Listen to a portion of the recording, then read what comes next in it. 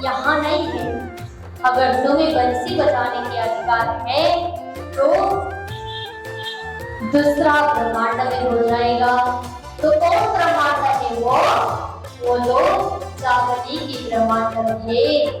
तो राधा स्वरूप बन के यहाँ मधुमिता के घर में कौन प्रकट हुए? देवचंद्र जी महाराज, जो सुंदरबाई की आत्मा थी, उन्होंने ये इच्छा प्रकट हो जाएगी।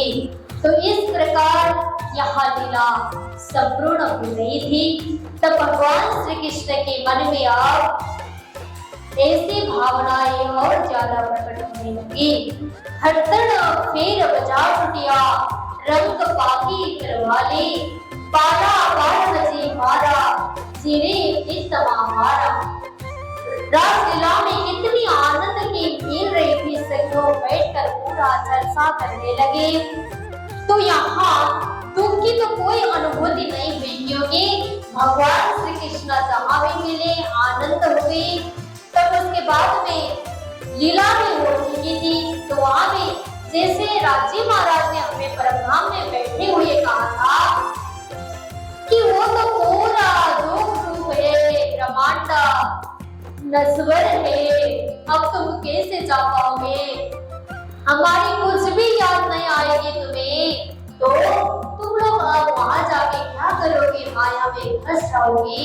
ऐसी भावना जो कहे थे वो दो सखियों को कुछ भी नहीं रहा, बस एक ही बार वियोग में पड़ा।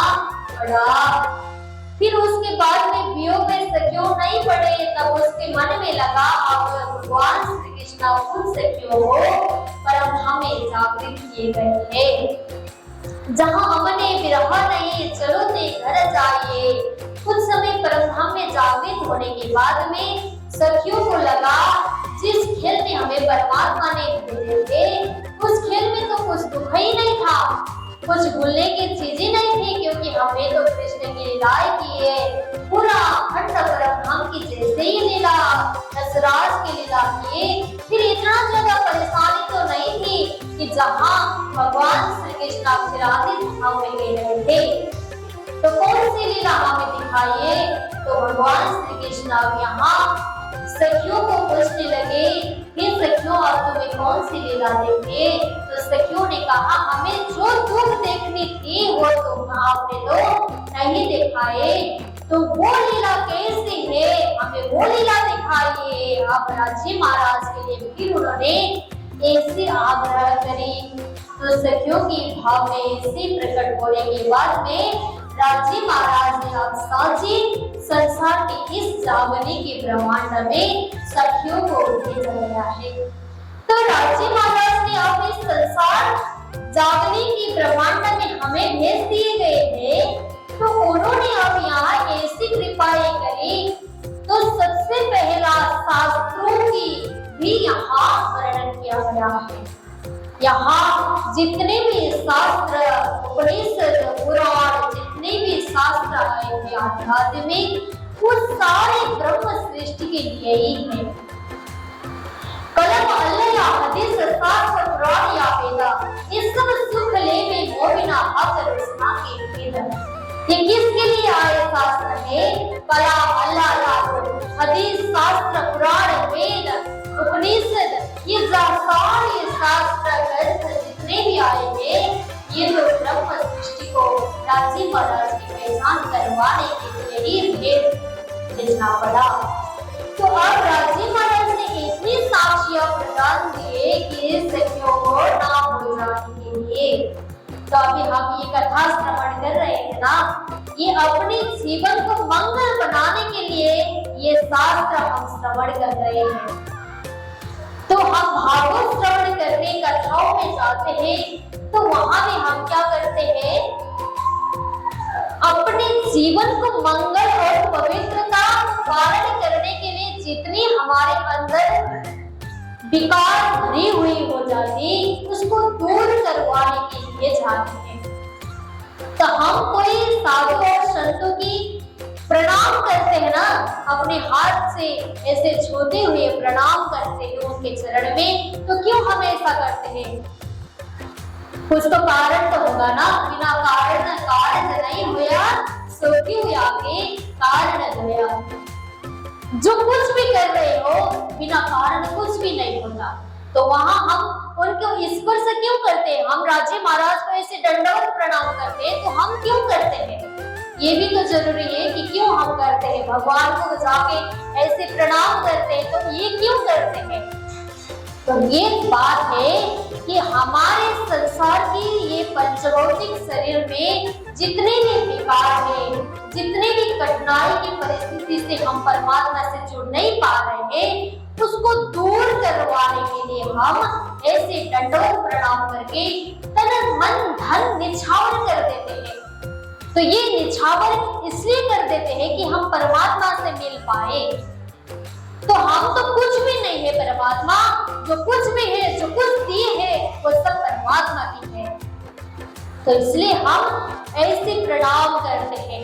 तो संतों को ऐसे स्पर्श करके प्रणाम करते हैं, तो हमारे अंदर जितनी भी विकार आती है, अवगुण आती है, वो सब हटाने के लिए सद्गुरु की ज्ञान की जरूरत पड़ती है। सतगुरु साधु वाको कहिए, जो अगम के देवे गम्मा, जो हद पे हद गुरु समझावे, ठाने मन के ब्रह्मा।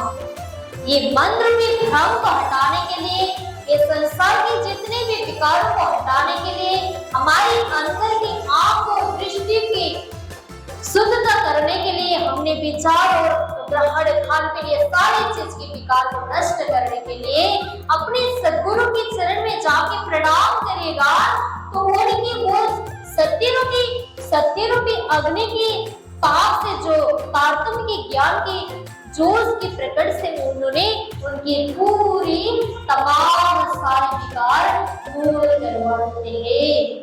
ऐसे महान सद्गुरु को अपने जीवन में धारण करने चाहिए, जो ज्ञान उन्होंने हमें ऐसी दूर करवा दे, जो हमें कुछ ना भेद को दूसरे से ढूंढना पड़े।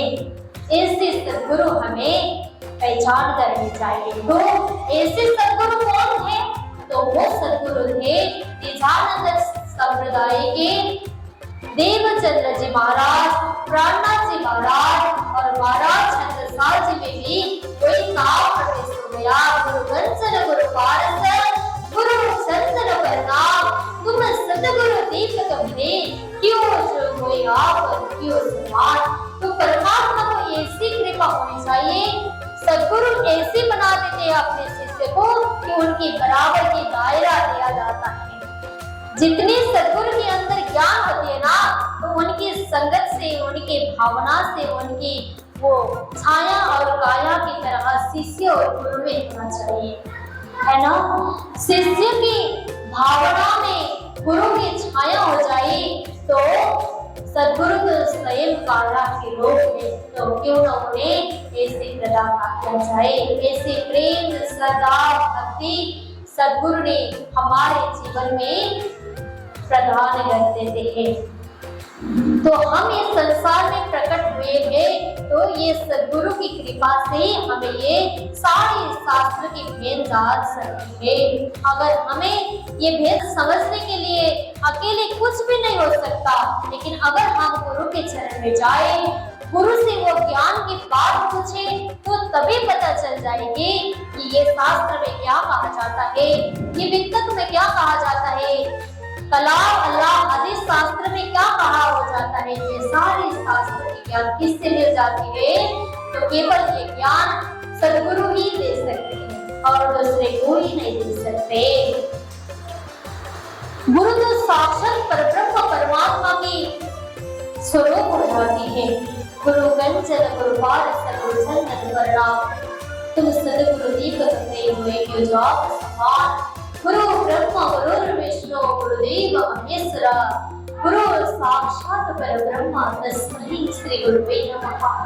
गुरु को ही परब्रह्म भी कहा गया है, गुरु को ही विष्णु भी कहा गया है। देखिए देवी देवताओं के नाम से भी उनको उपाधि मिली है गुरु को।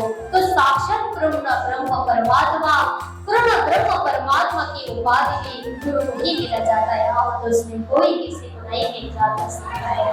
तो गुरु साधारण नहीं हो सकते, गुरु तो साक्षात भगवती की स्वरूप ही है।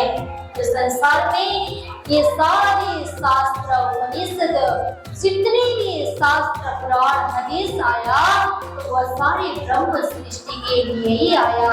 जो खास मोमिन थे उनके लिए ही आया है। तो ये ब्रह्म सृष्टि की लीला में इतने प्रेम श्रद्धा भक्ति जितनी थी वो तो थोड़ा तो टूट ही जाता है ना संसार के प्रभाव से। तो ये संसार में जब उनकी अवतरण हुई तब वो सारी अवतरण माया जंजाल में फंस गई।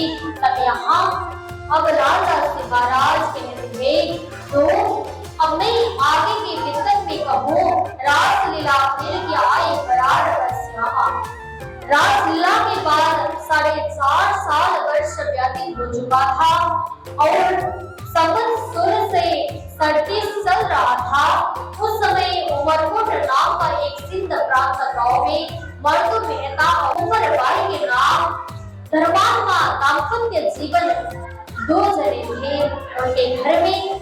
तब उत्तम कायस्थ उमरकोट गांव मर्दु मेहता कायस्थ जाति के थे। तो वहाँ अब ऐसी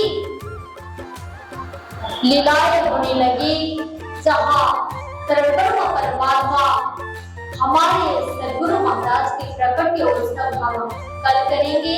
आज तो कथा की विश्राम देते हुए उमरकोट गांव में आप किसके अवतरण हो जाएगी तो हमारे निजानंदाचार्य सद्गुरु महाराज कैसे अपने जीवन को व्यतीत कर चुके तो कैसे उन्होंने भगवान श्री कृष्ण से तारतम महामंत्र की प्राप्ति किए ये सारी साधनाएं की बात की हम कथा में कल चर्चा में श्रवण करते जाएंगे। बोले कृष्ण कन्हैया लाल की सद्गुरु महाराज की प्राणनाथ प्यारे की महाराज छत्रसाल की लाला श्री महाराज की। तो जिस सामाजिक संजाल के माध्यम से हमारे प्रसारण को जिन लोग देख रहे हैं तो आज इन लोग उपस्थित हुए हैं हमारे साथ में तो सारे उपस्थित सुंदरता को मैं ये आवेदन करने जा रही हूँ। कल छूटी हुई प्रसंग को आप हमारे YouTube में भी देख सकते हो तो हमारे फेसबुक में भी लाइव गया है तो इसमें भी आप हमारे प्रसारण जा रहा है तो आप सब देख सकते हैं। तो आज की कथा को यही विश्राम देते हुए आपसे कल मिलेंगे। प्रणाम। राधे राधे।